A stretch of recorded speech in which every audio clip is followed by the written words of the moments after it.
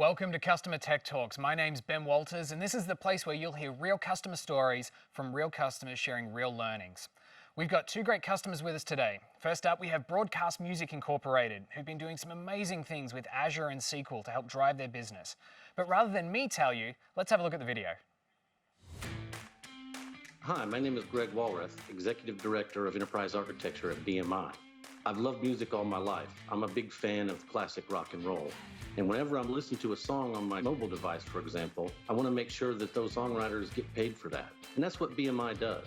We collect information throughout the year from various sources, and currently we use a mainframe to process that information to decide what songwriters should get royalty checks. A few years ago, we started the work to modernize and consolidate our technology stack, and we decided that a cloud-based solution made the most sense for us, with platform as a service being our main focus. We chose Azure because we've had a great relationship with Microsoft and worked very closely with their teams for several years. We still have a lot of work ahead of us, but now we're deploying our web apps and processing jobs to app services, and we're using Data Factory and Databricks for ETL with Azure SQL Hyperscale as our database platform. So I'm joined here with the man himself, Greg Walrath. Greg, great to have you with us. Nice to be here. Thank you. So BMI was instrumental, no pun intended, in ensuring that songwriters get paid for their work. In fact, you've been doing this since about 1939, which tells me that this move to Azure probably wasn't as simple as most others, just given the sheer legacy of technology and infrastructure you've been building over the years. Can you tell me about how you started this move? Well, before we could move anything, we had to take inventory of what needed to be moved. Most of our processing is done on a mainframe, and we have a couple hundred or so supporting apps and processing jobs that help. Some of those were written in VB6, some in C# and ASP.NET, Node.js. We have a few ETL platforms and reporting tools and various databases in DB2, Oracle, and SQL Server. Now, I know when we spoke earlier, you mentioned you had over 200 applications, and with that kind of spread of technology, that's just huge to deal with. How did you decide where to start and which application to move first? Well, our distribution processing is broken into two parts, foreign and domestic. At the time we started this move, foreign was consuming about 30% of our mainframe capacity, and it's a self-contained system on its own. And that, putting it in the cloud would free up resources for growth on our mainframe for domestic distribution. So there's kind of a natural division between the two, and that made it easier. Right, and so as I understand it, once you did that rewrite and you got everything up into Azure and originally Azure SQL, you then moved to SQL Hyperscale. Can you describe why and what drove that decision to make that move? Sure. So most of the SQL platforms in Azure have a 4 terabyte size limit. Our databases were starting to grow larger than that, and although you can use index and table compression, we would eventually outgrow that 4 terabyte limit anyway. And then the other reason is the way it separates the compute from the storage. You can scale a database up or down very quickly, and it doesn't depend on the size of the data. So if we're scaling things up for maintenance, for example, and that maintenance window is shorter, then our systems are available to process more throughout the day. Right, so last question here. As you think back over your move to the cloud over the last years and months, can you share any lessons or learnings with others who are looking to take a similar approach or looking to make a similar move? Sure. The first thing I would say would be keep it simple and do your research up front. We spent about 6 months or more researching technologies available in Azure before we started the move. And probably the first question you need to answer, are you going to use infrastructure as a service, platform as a service, or a combination of both? Because it makes a big difference in your approach. The second thing I would say is to take advantage of the DevOps tools that are available. When you're creating resources and managing settings, it's nice to not have to do all of that manually. Keep both of those in mind and your transition will go more smoothly. And then finally, once you're up and running in Azure for a while, you should look at your spending trends and consider buying reserve capacity for the services you're using that offer that discount. That will help you manage costs for the long term. Right, great input and great points. Thank you so much for joining us today, Greg. Next up, we have Kat Weichsel from the American Speech, Language and Hearing Association, who has a slightly different story. Let's take a look at the video. Hi, I'm Kat Weichsel, the Intranet Manager at the American Speech, Language, Hearing Association in the Washington, D.C. area. We serve 211,000 members and affiliates who are speech language pathologists and audiologists, making a difference in the lives of their patients and students. We as employees at ASHA need to be productive, engaged, and informed, and we use Microsoft 365 tools to do that. We have SharePoint, Teams, Stream, Yammer, and pretty much the entire product suite we use to keep informed and engaged.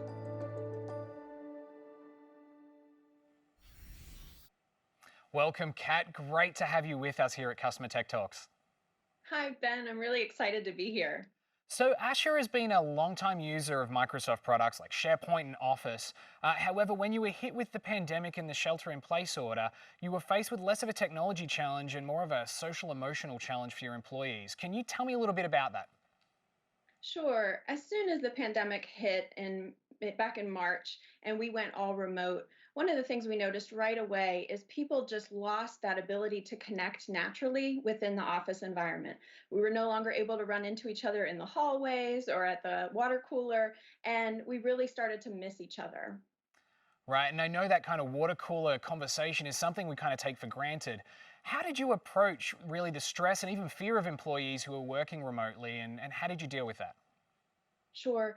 My job serving employees is to really look for the low hanging fruit, what is easy and free to implement. And I had heard actually a story about our customer service department who none of them had ever worked from home before, and they suddenly had to all go all remote overnight. They did an incredible job with that, and I wanted to learn more and share that story out to the rest of staff. So I reached out to the head of that department and did an interview with him in Teams. We recorded it and we shared it out for staff to watch.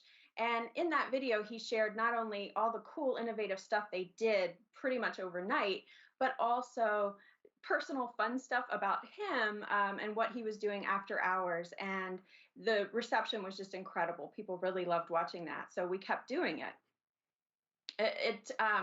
I created a channel in Stream called Chat with Kat, and that's where I put all the interviews.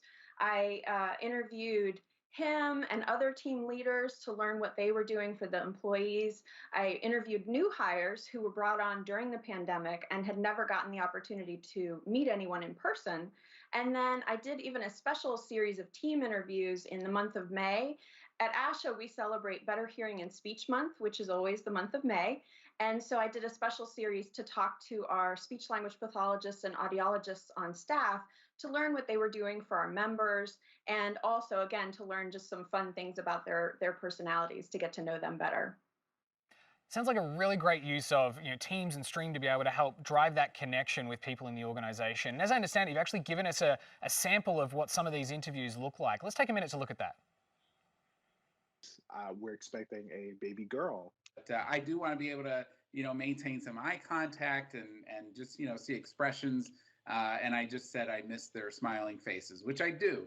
And I've gotten to know everybody's dogs and cats and their kids, and they've seen my kids coming through. I ended up watching, I think, one of these similar interviews that you did with Gwen.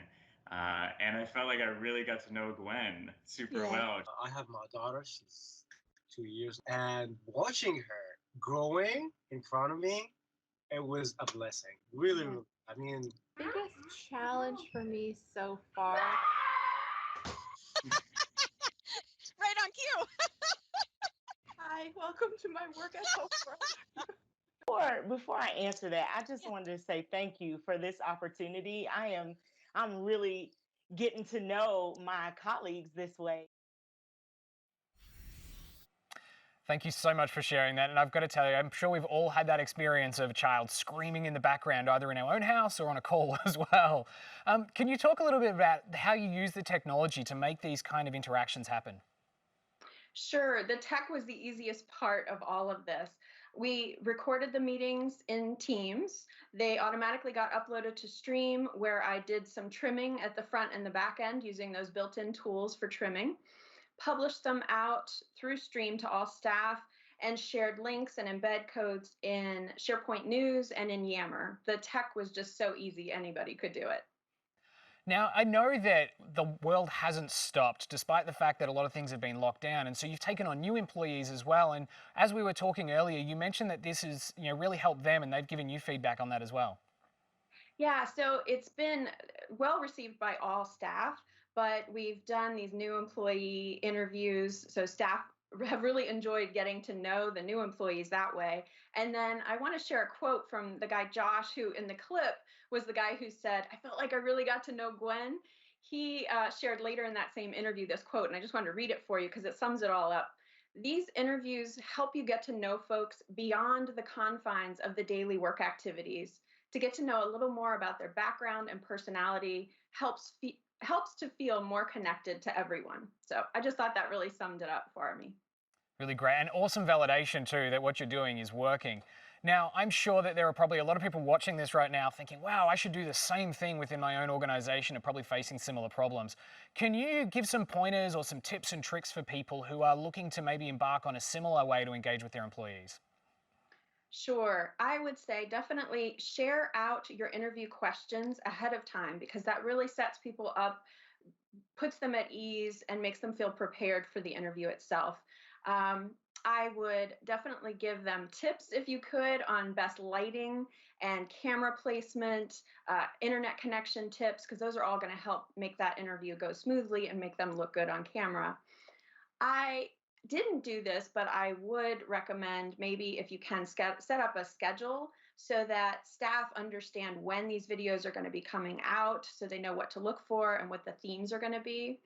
And I also think it's very important to appreciate the fact that a lot of people are working overtime and don't have a lot of free time to watch longer videos. So do some shorter ones or put chapter links in your stream videos so that people can jump to specific points in the interview. And then maybe even do a promo video like what I did and shared just now, 60 seconds of some best of clips to kind of entice new viewers to come and take a look. Ultimately, I think my biggest tip is to say, have fun with this because that's the most important thing for engagement. Right, great tips, and I hope others will start to take a hint from this as well and build similar things for their own organizations. Thank you so much for joining us, both Kat and Greg. And if you want to find out more information on how to get started with any of the technology we've seen here or discussed here, you can head over to microsoft.com/learn or check the links below. Make sure you check out throughout the rest of the event for more customer tech talks.